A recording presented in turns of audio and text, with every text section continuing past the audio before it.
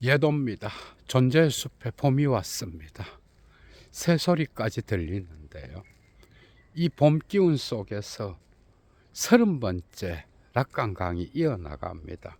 오늘의 주제는 프로이트의 토데스트리프 개념과 락강의 빌시옹드 모흐 죽음 충동의 개념이 어떻게 구분될 수 있는지, 이 양자가 어느 지점에서 갈라지는지, 이런 것들을 보다 더 깊이 있고 넓게 이해할 수 있는 그런 시간이 되지 않을까 생각합니다.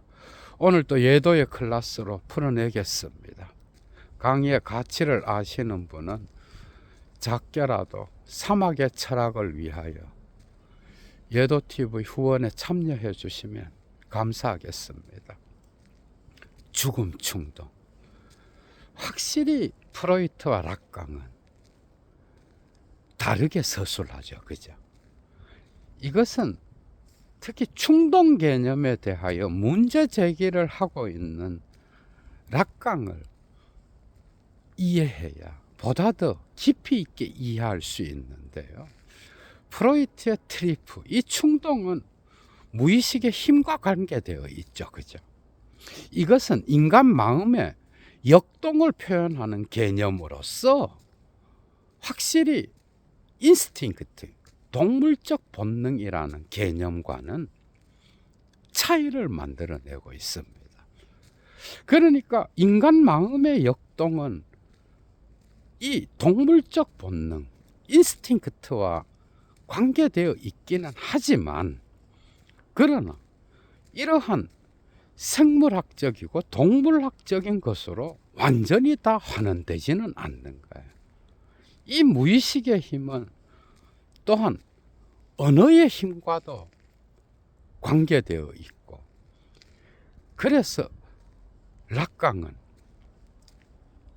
이 프로이트의 트리프 개념을 영어로 번역했던 제임스 스트레이치를 중심으로 한 편집자들에게 문제를 제기하고 있습니다.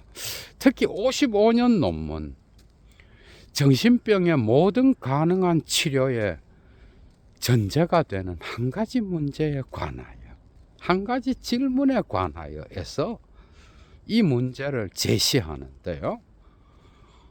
영어 번역으로 인스팅크트로 규정해버리면 이 개념은 프로이트가 구분하려고 했던 그 의도를 왜곡시키게 된다라고 하는 거예요.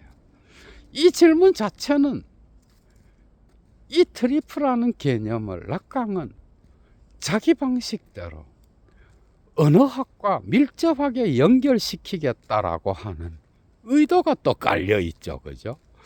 이 점에서 락강 비판가들은, 또 다른 정신분석자들은, 너가 프로이트의 개념을 왜곡시킨 당사자가 아닌가, 또 이렇게 질문할 수는 또 있는 거야. 분명하게 프로이트는 자기의 정신분석학이 생물학에 결국 기속되기를 원했죠. 그죠? 이 점에서 보면은 락강의 문제 제기는 또한 전부 다 프로이트의 사유를 길어 올린다고 말할 수 없을지도 모르는 거예요. 이런 점들을 천착해서 여러분들이 강의를 따라오시면 좋겠습니다. 그러니까 이 트리프는 철저하게 충동이라는 뜻을 갖고 있는데요. 이것이 인스팅크트로 옮겨지게 되면은 동물적 본능, 마치 인간의 이 마음의 역동을 표현하는 무의식의 힘, 이 트리프가 신체를 가진 인간이 어떤 대상에 의하여 완전히 충족될 수 있다라고 하는 이 욕망의 충동은 언제나 대상에 의하여 일치를 나타낼 수 있다라고 하는 그런 의미로 표현되는 거죠. 그죠? 이 점에 락강은 거부 반응을 보이는 거예요. 이것은 뭔가 프로이트의 의도를 완전하게 표현하지 못한다는 거예요. 확실히 마음의 역동을 표현하는 독일어 트리프는 어떤 움직이는 운동성을 그죠? 강하게 표현하죠. 그죠? 이 어원은 특히 트라이벤 뭔가를 몰고 가다, 추동하다, 자극하다. 어떤 목동이 양떼들을 뒤에서 몰고 가면서 추동하다. 이게 기본이죠. 그죠? 그래서 차라리 영어에서 사용할 때는 드라이브가 더 이 트리프 개념에 맞을지도 몰라. 드라이브의 동사는 운전하다, 몰아가다, 추동하다, 자극하다 이런 뜻이 있잖아. 그죠? 이런 것들이 이제 문제로서 나타나면서 인스팅크트는 차라리 드라이브로 옮기는 게 낫다. 이것이 불어로 옮겨졌을 때 필시용, 이것은 앵필시용이라는 단어에서 파생됐는데요. 앵필시용의 불어는 이 프로이트의 트리프 개념을 상당히 많이 포함하고 있습니다. 추진, 추동, 자극, 감정, 충동 이런 뜻을 다 갖고 있는 거야. 앵필시용에서 필시용이 나오면서 충동이 된 거잖아. 그죠? 그래서 죽음 충동은 필시용 드 모흐가 되는 거예요. 그런데 락강은 이 필시용에 대해서도 마음에 들어 하지 않은 거예요.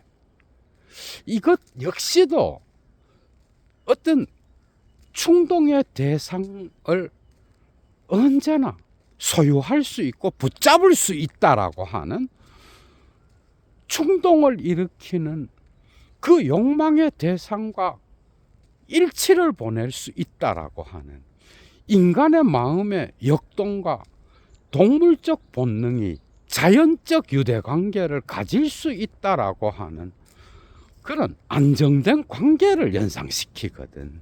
이 필시용 역시도. 그래서 락강은 여기에 불일치를 가하여 끊임없이 무의식의 충동에 의하여 촉발되는 데지흐, 욕망은 끊임없이 표류한다. 끊임없이 벗어나면서 일탈하고 미끄러지고 도망가고 분산된다라고 하는 것을 강조하기 위하여 불어, 데리브라는 단어를 붙여야 된다라고 말하고 있는 거예요. 이것은 표류라는 뜻이고 벗어남, 일탈이란 뜻인데요. 특히 이런 내용은 세미나 7, 세미나 20 앙코르죠. 그죠? 그리고 60년대 락강이 썼던 프로이트적 무의식에서 주체의 전복과 욕망의 변증법에서 말하는 거예요. 그러니까 여러분들이 딱 들을 때 이것은 상징계와 관련돼 있구나 하는 걸 느낄 수 있죠. 그죠? 그래서 락강은 여기에 이 표류라는 개념을 덧붙여야 프로이트의 의도를 보다 더 정확하게 파악하는 거라고 말했던 거예요. 그러나 역설적이게도 여기로부터 프로이트의 의도를 벗어나는 락강만의 의도가 숨어 있다라고 해도 과언이 아닌 거예요. 분명히 프로이트는 자기 자신의 무의식이 어떤 언어에 의해서 다 길어 올려지지 않는 생물학적 힘으로서 침묵하는 힘으로서 이야기하기도 했죠. 그죠? 그 점에서 인스팅크트의 영어 편집자들의 번역 역시도 틀린 게 아닌 거예요. 그러나 락강은 이 무의식적 충동에 의하여 나타나는 욕망, 데지흐, 이 개념이 언어학에 의하여 상징계의 질서의 토대를 형성하는 개념이 되기를 원했던 거예요. 그래서 표류라는 단어를 붙여야 되고, 그리고 심지어 베엉스, 입벌림, 균열이라는 단어를 함께 더 붙여야 된다. 왜? 욕망하는 주체는 결코 욕망의 대상을 포획하고 점령하고 붙잡고 소유할 수 없다라고 하는 이 불일치를 강조하는 거예요. 그래서 락강은 이런 상징계의 질서의 의미와 사슬에 내재하는 그런 충동, 무의식의 충동을 말하면서 점점 프로이트의 트리프 개념을 자기 방식대로의 빌시형으로 바꾸어 가고 있는 거예요, 여러분. 특히 이 충동 개념뿐만 아니라 죽음 충동이라는 개념도 프로이트랑 완전 갈라지잖아, 그죠? 락강에게 있어서 이 죽음 충동, 빌시옹 드 모흐는 초기 락강에게서는 상상계에서 사용되고, 그리고 50년대, 60년대로 가면서는 상징계의 질서의 토대에 두어지게 되면서 점점 발달하게 되죠, 그죠? 프로이트에게서 이 죽음 충동은 초기에는 뭐예요?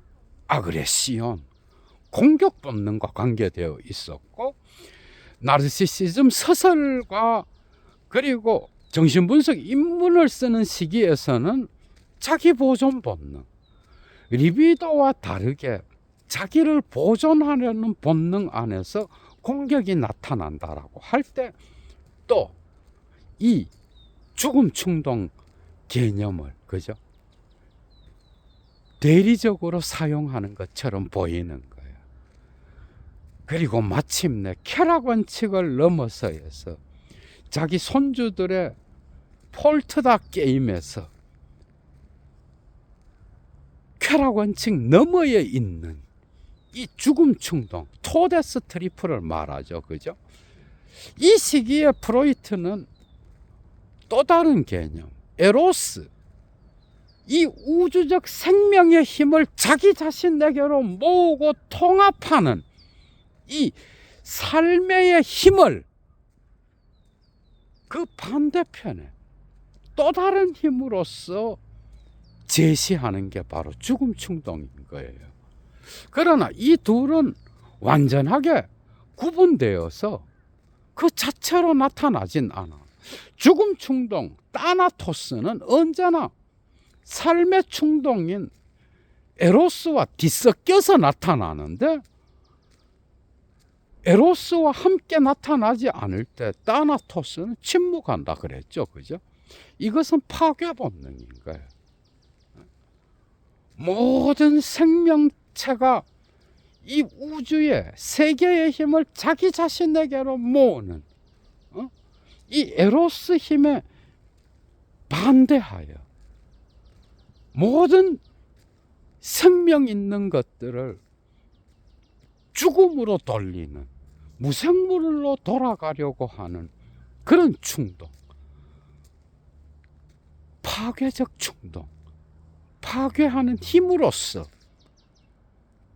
이것을 사용하고 있죠, 그죠? 쾌락 원칙 너머에 있는 것. 그러나 언제나 이미 에로스와 뒤섞여서 나타나는 에로스 배후에 있는 또 다른 힘, 이런 걸로 사용했는데, 락강은, 초기 락강은 특히 상상계에서, 그죠? 이것을 어머니의 젖가슴, 인간 개인의 잃어버린 낙원, 그것으로 돌아가려는 충동, 거기에서 이유 콤플렉스가 나타나잖아. 이런 방식으로 초기 락강은 사용하다가 이 죽음 충동의 개념을 빌시옹 드 모흐를 상상계로 옮기면서 이제 기표들의 의미와 연세 안에 내재하는 것으로, 특히 세미나 2에서 이 죽음 충동은 주체에게 반복 강박을 일으키는 상징계의 질서의 토대로서 기표들의 사슬에 내재하는 어떤 힘으로서 이 개념을 사용하고, 그죠? 그리고 계속해서 이 개념을 상징계의 질서에 내재하는 것으로서 사용되는데, 이런 것들은 특히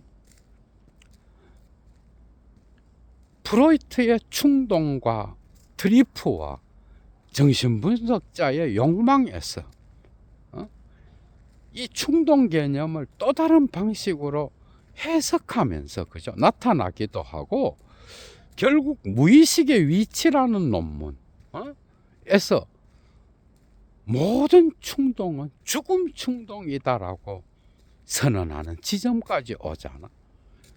그래서 상징계의 질서의 토대를 형성하는 개념, 모든 기표들의 행진을 배후에서 움직이는 내재적 힘과 같은 그런 개념으로 사용하는 거야. 결국 락강은 이것을 거기에 멈추지 않고 끊임없이 상징계의 질서를 넘어, 쾌락 원칙을 넘어 기표들의 연결망을 뚫고 나가서 쥐상스에 도달하려고 하는 충동으로까지 죽음 충동을 갖다 놓죠, 그죠? 사실 이 충동은 락강에게서 또 다른 변화를 보이는데, 마치 욕망의 대상이 나타나서 주체가 그것을 욕망하게 될 때, 욕망의 대상이 시작되면서 욕망이 형성되는 것처럼 말하기도 하지만은, 더 중요한 건 뭐야? 이 완전 락강적인 거죠, 그죠? 프로이트는 이런 말을 한 적이 없잖아. 충동은 언제나 제3자가 아니면 타자가 끼어들어서 어떤 노라고 말할 때, 농이라고 말할 때, 아니면 나인이라고 말할 때 비로소 욕망의 충동이 작동한다라고 말하잖아, 그죠? 그래서 이것은 거세의 충동인 거야. 거세를 가정하는 그런 행위 속에서 나타나는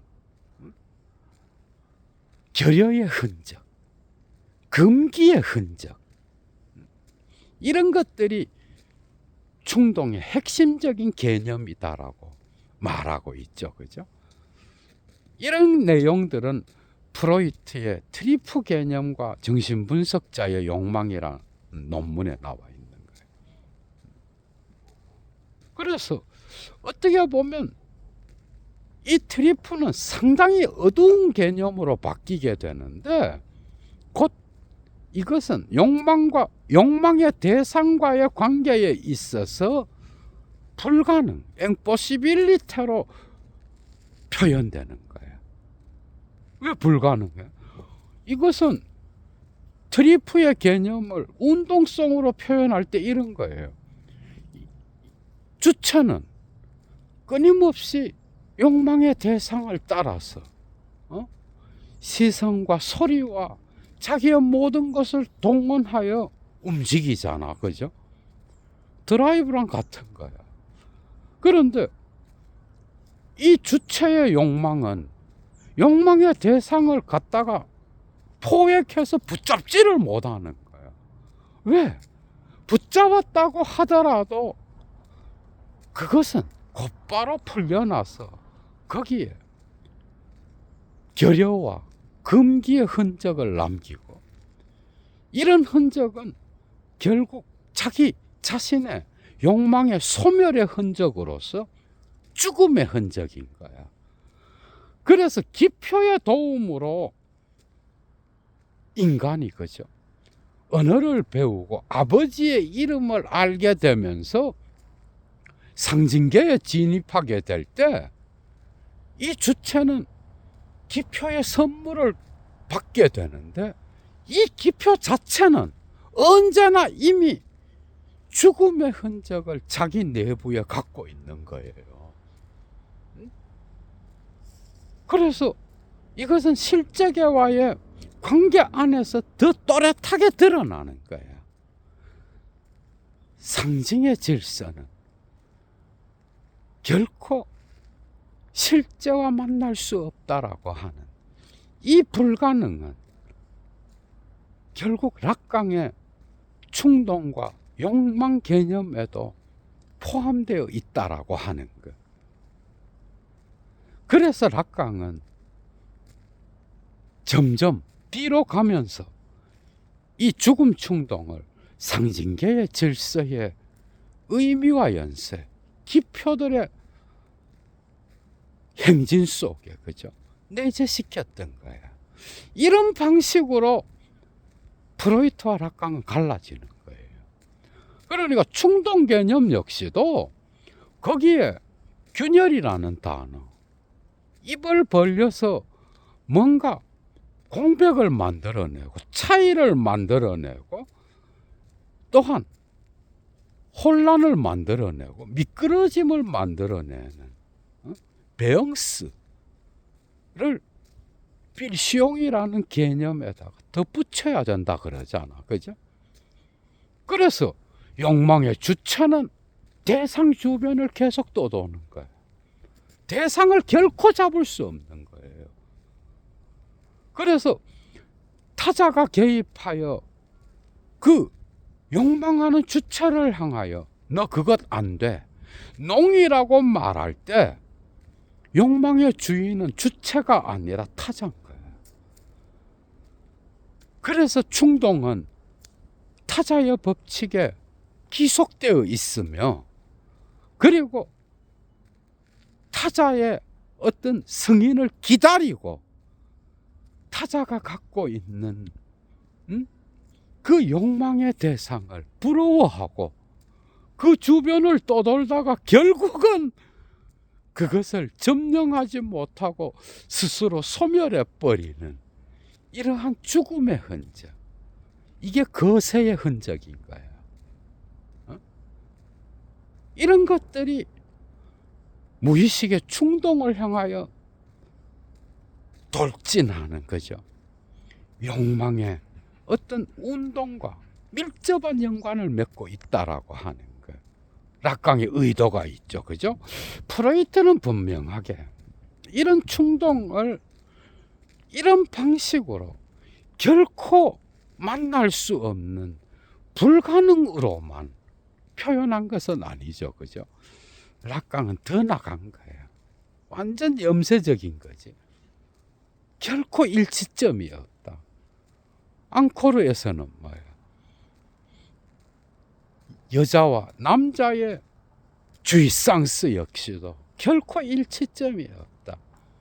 상상계에서의 자아 역시 분열되어 있다. 상징계의 주체 역시도 분열되어 있다라고 하는 거예요. 그리고 그 주체를 형성하는 기표들의 이동, 환유의 법칙, 기표에서 또 다른 기표로 끊임없이 전치해가는 그 운동은 거기에도 끊임없는 균열이 있다라고 하는 거예요. 그래서 락강의 욕망은 그죠, 이런 무의식의 충동에 의하여, 그리고 언어의 작용에 의하여 끊임없이 도달될 수 없는 대상을 향하여 돌다가 스스로 소멸해버리는 그런 운동과 연결되어 있다는 것. 그 점에서 프로이트의 트리플을 왜 락강은 필시용이란 단어에도 만족하지 못했고 거기에 일탈과 벗어남, 표류의 뜻을 가진 데리브란 단어를 붙여야 되고 베응스라고 하는 입 벌리는 균열을 덧붙여야 됐는지 충분히 이해할 수 있겠죠. 그죠? 그러니까 락강에 대한 의심의 해석학을 적용시켜 보면은 이런 관점이 나오는 거예요. 영어 편집자들이 프로이트의 트리플을 인스팅크트로 번역하면서 프로이트의 의도를 왜곡했다라고 말하는 그 락강 역시도 이 트리플한 개념을 필시용에서 데리버와 베앙스라는 단어를 붙여야 된다라고 하는 이런 논지들은 프로이트를 또다시 왜곡시켜서 더 극단적으로 언어학적으로 가지고 가는 락강의 모습을 볼 수 있는 것 아니겠는가. 그러나 이게 또 락강인 거예요. 프로이트의 원전을 프로이트가 말한 대로 나불거리는 게 프로이트를 잘 읽는 게 아니라 프로이트의 진짜 의도를 파악해서 그 무의식의 세계를 깊게 하고 확장시키는 것 역시도 프로이트를 제대로 읽는가라고 하는 것. 이런 락강의 메시지가 숨어 있겠죠. 그죠? 이런 운동을 하면서 락강과 프로이트의 충동 개념과 죽음 충동 개념은 차이를 보이게 됐다라고 하는 것. 오늘도 역시 여러분들 락강의 사유가 많이 이해되지 않았을까 생각합니다. 얘도 물러갑니다. 주스.